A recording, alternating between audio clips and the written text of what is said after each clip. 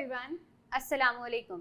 In today's video, we will be discussing about the behavior of gases in terms of its volume, pressure and temperature. So let me remind you, in the previous videos, we have discussed about the kinetic molecular model of gases, how gases behaves in terms of their state.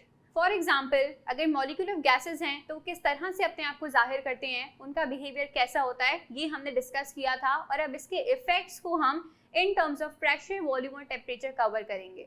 So as we know that कि gas के molecules बहुत दूर दूर मौजूद होते हैं, उनके दरमियान बहुत ज़्यादा डिस्टेंस मौजूद होता है. सेकेंड थिंग जो हमें मालूम थी वो ये कि इसकी डेंसिटी इंतहाई कम होती है. तीसरी चीज़ जो हमें मालूम थी वो ये कि इसके मॉलिक्यूल्स बहुत ज़्यादा स्पीड से ट्रैवल कर रहे होते हैं, इनकी स्पीड बहुत ज़्यादा तेज़ होती है. चौथी चीज़ जो हमें मालूम थी दैट इज़ कि molecules of gases continuous random motion में होते हैं. ये दो वजूहात की वजह से होता है. फॉर एग्जांपल हम एक कंटेनर को कंसिडर कर लेते हैं जिसमें गैस फिल्ड है. आपने उसको हाफ फिल किया है, कंप्लीट फिल नहीं किया है. दैट मीन्स उसमें अभी गैस फिल होने की और स्पेस मौजूद है. सो होगा क्या, वो जो थोड़े से गैस के मॉलिक्यूल्स हैं वो कंटेनर को पूरा ऑक्यूपाई कर लेंगे. भले वो आधी स्पेस पे आ सकते थे लेकिन जितना उनको स्पेस अवेलेबल होगा वो उन सबको ऑक्यूपाई कर लेंगे. उनके दरमियान बहुत ज़्यादा फासला होगा. That's why they can move freely और बहुत तेज़ी से.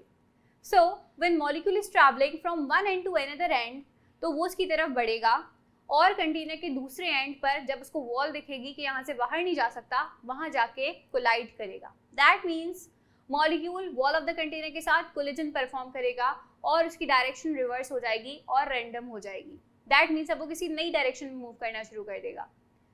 एक और वजह है जिसकी वजह से molecule of gases random motion perform करते हैं एंड दैट इज व्हाट कि अगर एक मॉलिक्यूल ट्रैवल करता हुआ आ रहा है और गैस का कोई और मॉलिक्यूल उसके रास्ते में आ जाता है तो वो उससे भी कोलाइड करके अपने रास्ते को तब्दील कर लेगा. This is how gases perform continuous random motion. Let's get back to the topic. आज की वीडियो में जो हम डिस्कस करने वाले हैं that is behaviour of gases with pressure, temperature and volume. तो जैसे कि मैंने अभी आप लोगों को बताया कि गैस के मॉलिक्यूल्स बहुत फास्ट मूव करते हैं और वो कंटेनर की वॉल से जाकर बार बार टकराते हैं. तो कंटेनर की वॉल से बार बार गैस मॉलिक्यूल का टकराना उनमें प्रेशर डेवलप करता है. दैट मीन्स जितना ज़्यादा गैस के molecules walls of the container से टकराएंगे गैस का प्रेशर ज़्यादा होगा. कंसिडर कर लेते हैं कि मेरे पास दो सिलेंडर्स हैं, दोनों के साइजेस 50 ml हैं. मैंने पहले सिलेंडर में 40 ml गैस को फिल कर दिया है और दूसरे सिलेंडर में मैंने 20 ml गैस को फिल किया है.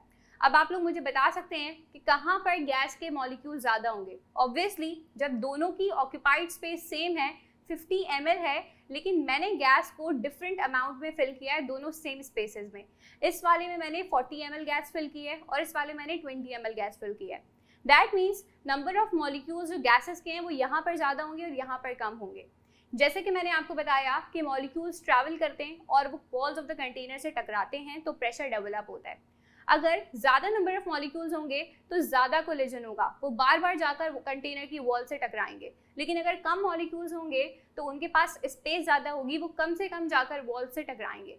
दैट मीन्स जितना आपके पास कम स्पेस होता है, जितने ज़्यादा नंबर ऑफ मॉलिक्यूल्स होते हैं, प्रेशर गैस का उतना ही ज़्यादा होता है.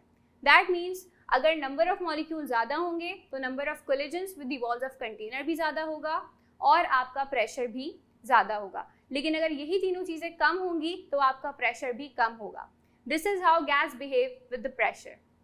जैसे कि मैंने आप लोग को बताया कि गैस जो है वो जितनी फ्री स्पेस मिलती है उसको ऑक्यूपाई कर लेती है. फॉर एग्जाम्पल आपने क्या किया, एक रूम के अंदर आपको पता है गैस के मॉलिक्यूल्स, एयर के मॉलिक्यूल्स फिल्ड हैं, मौजूद हैं, और क्योंकि एक रूम के एरिया को उन्होंने पूरा कवर किया हुआ है, भले उनके दरमियान डिस्टेंसेस ज़्यादा हों, भले वो बहुत फास्ट मूव कर रहे हों, लेकिन पूरी स्पेस को उन्होंने ऑक्यूपाई करके रखा है.